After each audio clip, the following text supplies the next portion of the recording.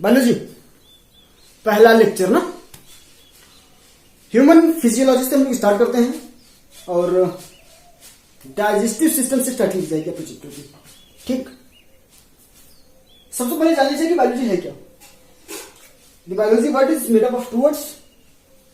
इतना तो पता ही होगा वैसे आप लोगों को, bio and logos. Bio means life and logos means study. The branch of science which deals with the study of life. Yes, the branch of science which deals with the study of life, that is called biology. The father of biology is Aristotle. The father of zoology is also Aristotle. But the father of botany is Theophrastus. Clear? जो चीजें आपको बताई जा रही है आप लोग copy पे नोट एट अ टाइम करते जाएंगे। ठीक, मैं सब कुछ बोर्ड पे नहीं लिखूंगा, एवरीथिंग बोर्ड पे नहीं लिखा जाएगा, इसलिए मैं जो कुछ भी बता रहा हूं उसको आप लोग ध्यान से सुनिए। हो सकता है वॉइस क्लियर ना हो, थोड़ा तेज नहीं बोल पा रहा मैं, तो आप लोग ईयरफोन यूज कर सकते हैं, हेडफोन यूज कर सकते हैं, लेकिन चीजों को जो मैं बोलते जा रहा हूं उसको आप लोग नोट करते जाएंगे। ठीक, चलिए मैंने बात की कि बायोलॉजी जो टर्म है वो बायो से मिला है और लॉगस से मिला है। बायो का अर्थ होता है लाइफ और लॉगस का अर्थ होता है स्टडी। टू ब्रांचेस मैंने बताई, जूलॉजी एंड बॉटनी। जूलॉजी और बायोलॉजी दोनों के जो फादर हैं वो एरिस्टोटल हैं, जिन्हें आप अरस्तु बोलते हो, और बॉटनी के जो फादर हैं वो कौन है? थियोफ्रेस्टस। ओके, चलिए स्टार्ट करते हैं हम लोग डाइजेस्टिव सिस्टम की। तो डाइजेस्टिव सिस्टम जो है हमारा वो टू मतलब हमने बात की डाइजेस्टिव सिस्टम जो हमारा वो दो से बना हुआ है ना। क्या क्या है? First one is alimentary canal, second one is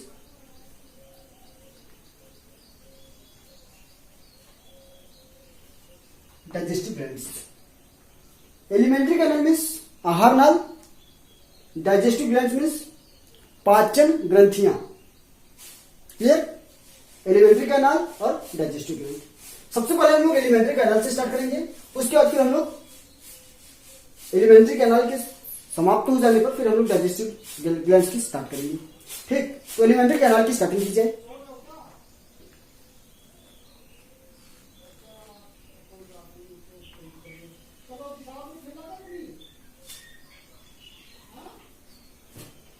देख पा रहे हैं?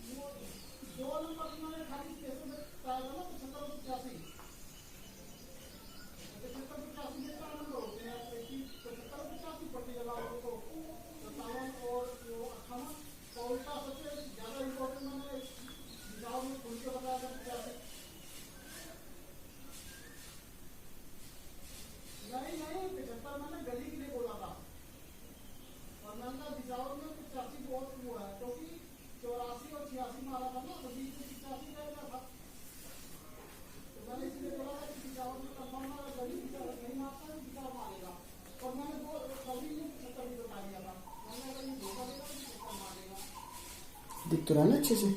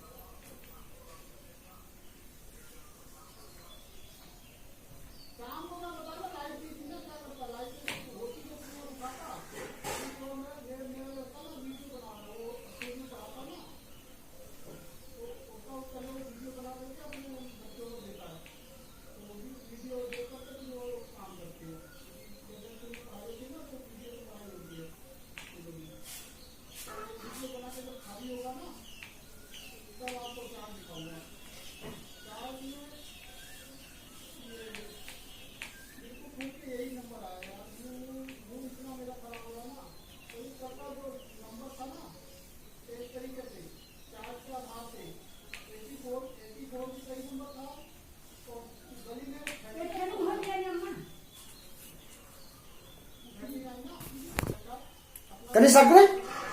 देखिए हम लोग स्टार्ट करते हैं माउथ से।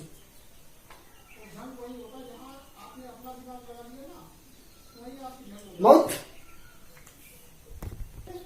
मैंने एकदम बिल्कुल रफली फिगर बनाया आपके लिए, आपको अच्छा से फिगर बनाएगा। ठीक, बात की गई हमारी माउथ से। माउथ के बाद ये अंदर वाला पार्ट, ये हो गया हमारा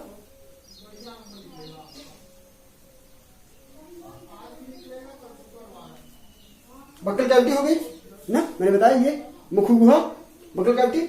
फिर हमारे ये कर्ड वालों की लास्ट वाला पोर्शन बक्कल कैविटी की एकदम अंतिम वाला, गले की ये कोर वाला, तो इससे आपने बोल दिया फेरिंग्स। ये फेरिंग्स हो गया। फेरिंग्स के बाद क्या आता है? फूड पाइप, ओइसो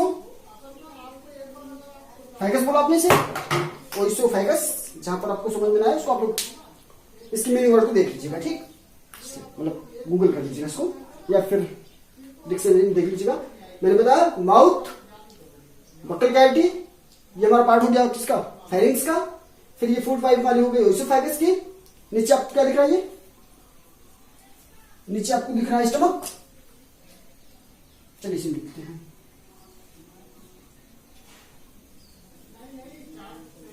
स्टमक, स्टमक के बाद इधर आपका हो गया लीवर। लीवर हो गया। लीवर के बाद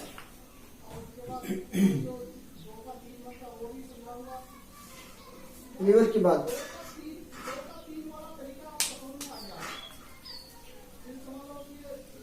ये हो गया हमारा पैनक्रियाज। पैनक्रियाज हो गया ये। पैनक्रियाज के बाद ये हो गया हमारी लार्ज इंटेस्टाइन। लार्ज इंटेस्टाइन और लार्ज इंटेस्टाइन की ये इंटरनल पार्ट जो हो गया इसका, ये हो गया हमारा स्मॉल इंटेस्टाइन। समझ रहे हैं? अब दिख रहा है ना आपको ये लार्ज इंटेस्टाइन, साथ में फिर क्या हो गया स्मॉल इंटेस्टाइन, और ये हमारा सबसे निचला पार्ट, सबसे निचला पार्ट शायद आप लोग को दिख ना रहा है। हाँ ठीक, ये सबसे नीचे वाला पार्ट जो है हमारा वो एनएस का हो गया। मैं इधर साइड में लिख देता हूँ इसको, एनएस। ठीक, मतलब कि हमारे एलिमेंट्री कैनाल की स्टार्टिंग होती है माउथ से और इसका एंड पॉइंट जो है वो हमारा क्या है?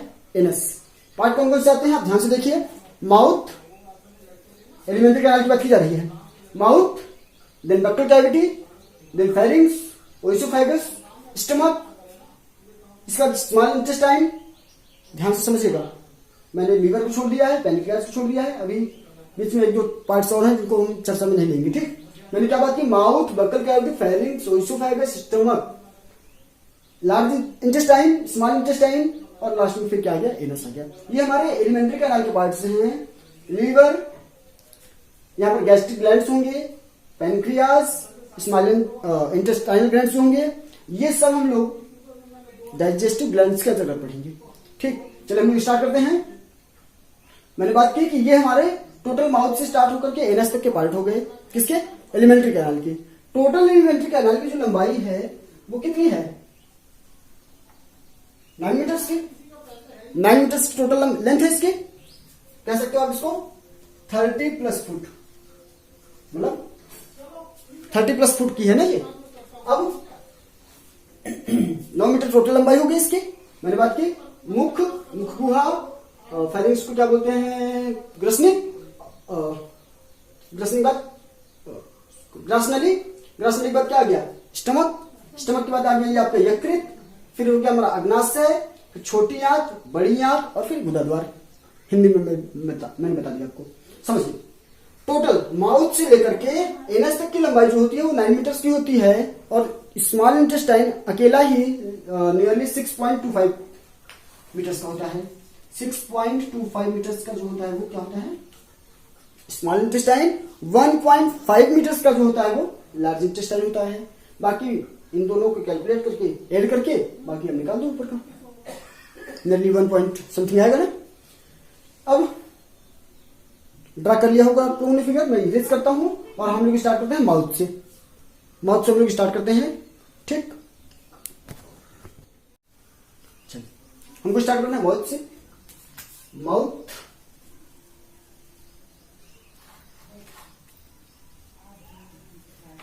मुख जिसे बोलते हैं आप लोग। This is only a opening part. This is only a opening part. Clear? ये केवल खुलता है और भोजन का अंतर्ग्रहण इसमें होता है। अच्छा, एक चीज और, सबसे पहले हम लोग बात कर रहे हैं कि डाइजेशन होता क्या है। हमने इतनी सी सारी बातें सीख ली पर डाइजेशन ही नहीं पता हमको। हाँ, तो डाइजेशन और डाइजेस्टिव सिस्टम के क्या क्या मेन फंक्शंस हैं इसको पहले जान लिया जाए। Digestion is a process by which complex food materials are broken down into small particles. Clear? Digestion is a process by which large food materials are broken down into simpler form to obtain us energy. Clear? जटिल खाद्य पदार्थों को सरल खाद्य पदार्थों में उपापचयी क्रियाओं द्वारा ना, मेटाबॉलिक एनाबॉलिक एक्टिविटीज के द्वारा छोटे छोटे खंडों में विभाजित करना जो होता है, किस लिए? भोजन को प्राप्त करने के लिए। इसी को हम लोग पाचन बोलते हैं। मैं अगेन रिपीट करता हूं, आप लोग नोट कर लीजिएगा इसको। Digestion is a process by which complex food materials are broken down by metabolic and anabolic activities to get energy. This process is called as a digestion. Digestive system हमारा main 5 works करेगा। ध्यान से समझिएगा इस बात को।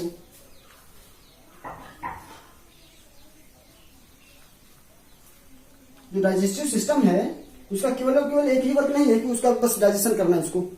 First one is क्या है? उसका पहला ही वर्क है हमारा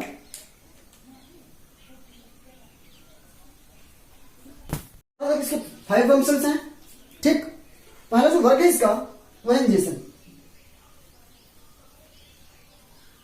जिसे आप बोलते हो अंतर्ग्रहण ना। फूड मटेरियल्स को आप हाथों के माध्यम से भोजन का अंतर्ग्रहण करते हो, तो ये आपका प्रोसेस हो जाता है क्या है? इंजेक्शन। सेकेंड वन क्या आपका? सेकेंड फंक्शन इसका क्या है? डाइजेशन। पहला इंजेक्शन, सेकेंड क्या इसका? डाइजेशन। डाइजेशन के बाद क्या है?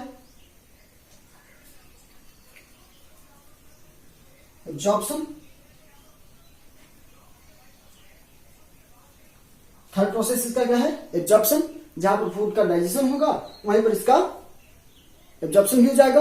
एब्जॉर्प्शन के बाद आप आगे बढ़िए, इसका हो जाता है फिर एसिमिलेशन।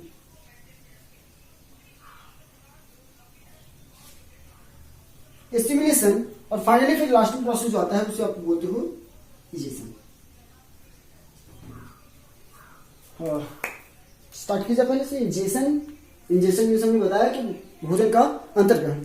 सबसे पहले मुख में, माउथ में आप लोग क्या करते हो? माउथ एक ओपनिंग पार्ट है आपका बस, तो माउथ में इंजेक्शन होता है। इंजेक्शन के बाद स्टार्ट हो जाता है हमारा डाइजेशन वाला प्रोसेस माउथ से ही। अभी हम लोग इस पर डिस्कस करेंगे कि डाइजेशन जो होता है हमारा माउथ से ही स्टार्ट हो जाता है। चलिए, एब्जॉर्प्शन, जहां से डाइजेशन स्टार्ट होगा वहीं से सेम टू सेम हमारा प्रोसेस क्या स्टार्ट हो जाएगा? एब्जॉर्प्शन भी, जिसको आप बोलते हैं क्या? अवशोषण। अवशोषण स्टार्ट हो जाएगा और उसके बाद फिर एसिमिलेशन में स्वांगीकरण। हमारे हर शरीर के अंगों को, हर सेल्स को एनर्जी की रिक्वायरमेंट होती है, उनको फूड मटेरियल्स की रिक्वायरमेंट होती है, और वहां तक फूड मटेरियल्स के क्या कर सकते हो? ट्रांसपोर्ट को ही आप बोल दोगे एसिमिलेशन। और लास्ट में जो अनडाइजेस्टेड फूड होगा उसे शरीर से बाहर निकालना होता है एनएस के माध्यम से, और उस प्रोसेस को आप फिर बोलते हो इजेशन। अंतर्ग्रहण, पाचन, अवशोषण, स्वांगीकरण और निष्कासन, है ना। चलिए आगे देखिए, इरेज कर लीजिए।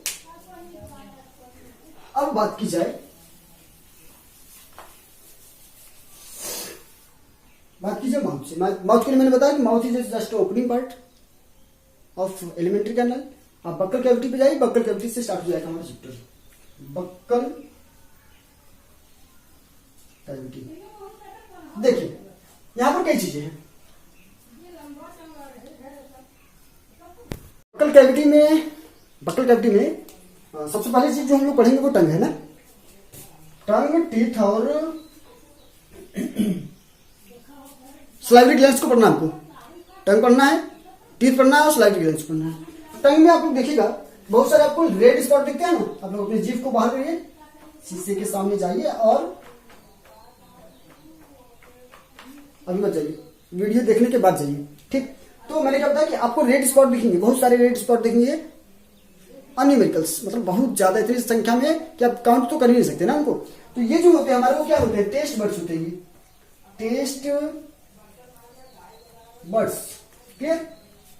टेस्ट बर्ड्स हो गए, समझ में आ गया कि टेस्ट बर्ड्स हैं, तो टेस्ट बताने का कार्य हो गया। टेस्ट बर्ड्स हैं, टेस्ट बर्ड्स हैं, तो यहां पर फिर इसका जो आपका वर्क है वो है इसका बीटा टेस्ट बताना है, यहां से जो वर्क है वो है टैंगी टेस्ट बताना है, सॉरी शायद देखिए था, टैंगी टेस्ट बताना है। फिर यहां आपको दिखता है जीभ ऐसी होती नहीं पर, माना जी आप लोग अच्छा से फिगर बनाइएगा, मैं तो रफली फिगर बना करके और आपको समझा रहा हूं बस। यहां से हो जाता है साल्टी टेस्ट, और यहां सामने फ्रंट से, फ्रंट की बात की जा रही है, ये सामने से, ये आपका सबसे इनर पार्ट की बात की जा रही थी, ये आपका सबसे आउटर पार्ट की बात की जा रही थी। तो ये हो गया हमारा स्वीट टेस्ट, समझिएगा। टेस्ट बताना इसका फंक्शन हो गया। 4 टेस्ट बताएगा, ये कौन कौन से, खट्टा, खट्टापन नहीं है, ये तो कड़वा हो गया ना, बीटा टेस्ट, ये खट्टापन हो गया, ये नमकीन टेस्ट हो गया, और ये मीठा टेस्ट हो गया। समझ में आपको? इस पार्ट से तो सारे टेस्ट मिलेंगे आपको, हल्के हल्के टेस्ट मिलेंगे, पर जब आप भोजन करते हैं तो ये जो 4 आपको टेस्ट मिलते हैं वो कहां से मिलते हैं आपको समझ में आया। आगे फंक्शन देखिए आप इसके, फंक्शंस। पहला फंक्शन क्या है इसका, डिसाइड टेस्ट, टेस्ट डिसाइड करना इसका पहला फंक्शन हो गया।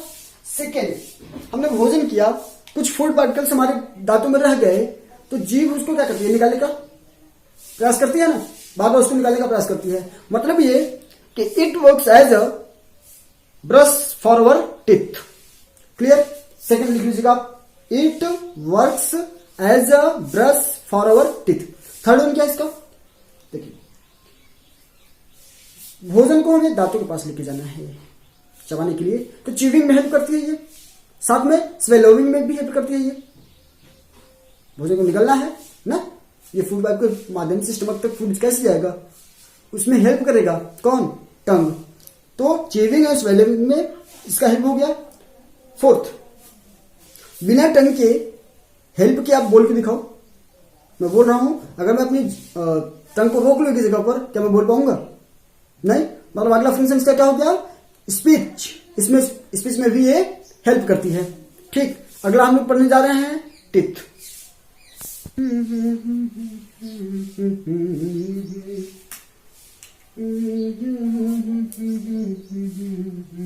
टिथ है ना, देखिए एक ह्यूमन बीइंग में 2 टाइम्स टीथ आते हैं, आता है ना। एक बच्चा जब छोटा होता है, उसको एक बार दांत आता है तो फिर टूटता चला जाता है वो कुछ टाइम पे, तो 6 मंथ के बाद और 2 इयर्स तक, जब तक बच्चा 2 साल का नहीं हो जाता तब तक जो उसके दांत आ रहे हैं उसको आप लोग क्या बोलते हो, मिल्क टीथ।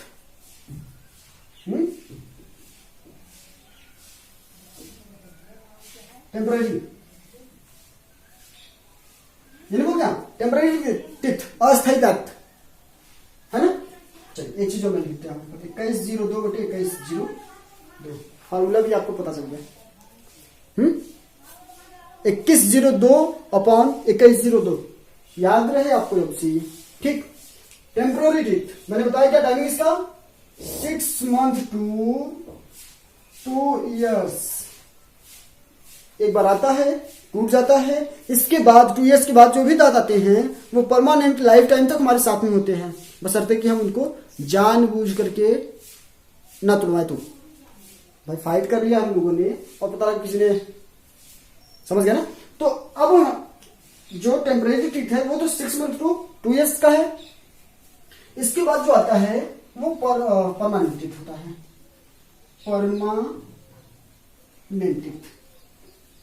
परमानेंट टीथ क्या होता है इसका फॉर्मूला, 21-23/21-23।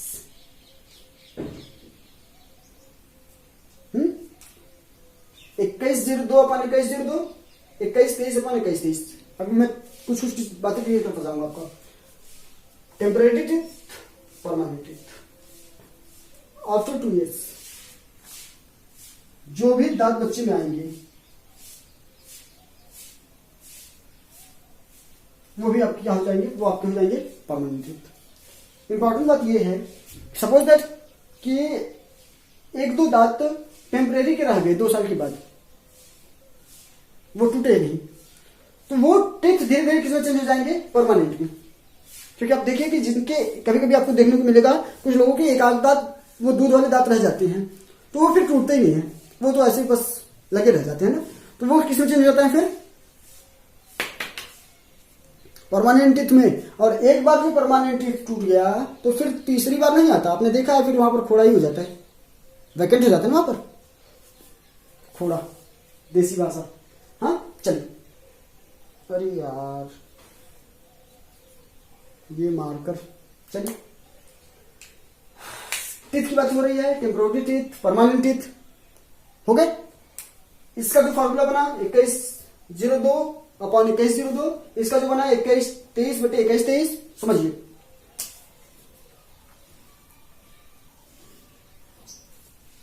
ये टीथ का लोकेशन हो गया हमारे ना, यहां से यहां ऊपरी और फिर निचला जुड़ा, ठीक। यह हाफ हो गया और यह हाफ हो गया, बीच से मैं पार्ट कर रहा हूं उसको, बीच से 2102 2102, फिर से यहां से हाफ कर दीजिए इसको, 2102 और फिर से 2102।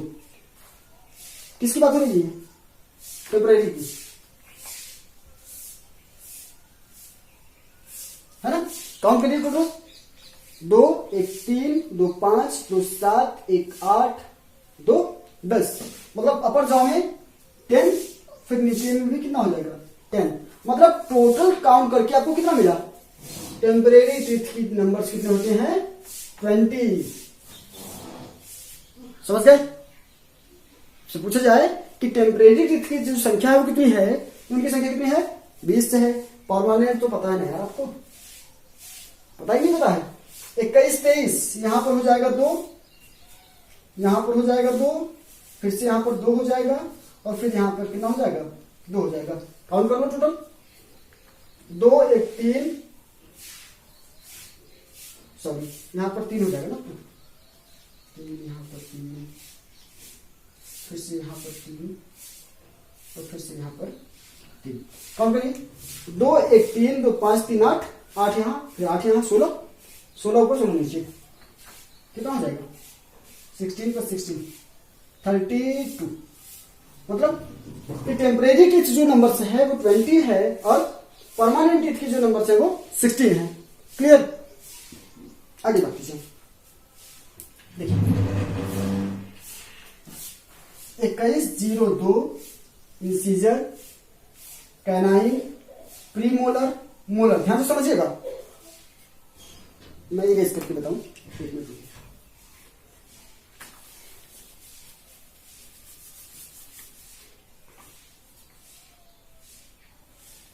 2102 ICPM, देखिए 2102 ICPM, मतलब टीथ हमारा जो है वो 4 टाइप्स का है। इंसीजर,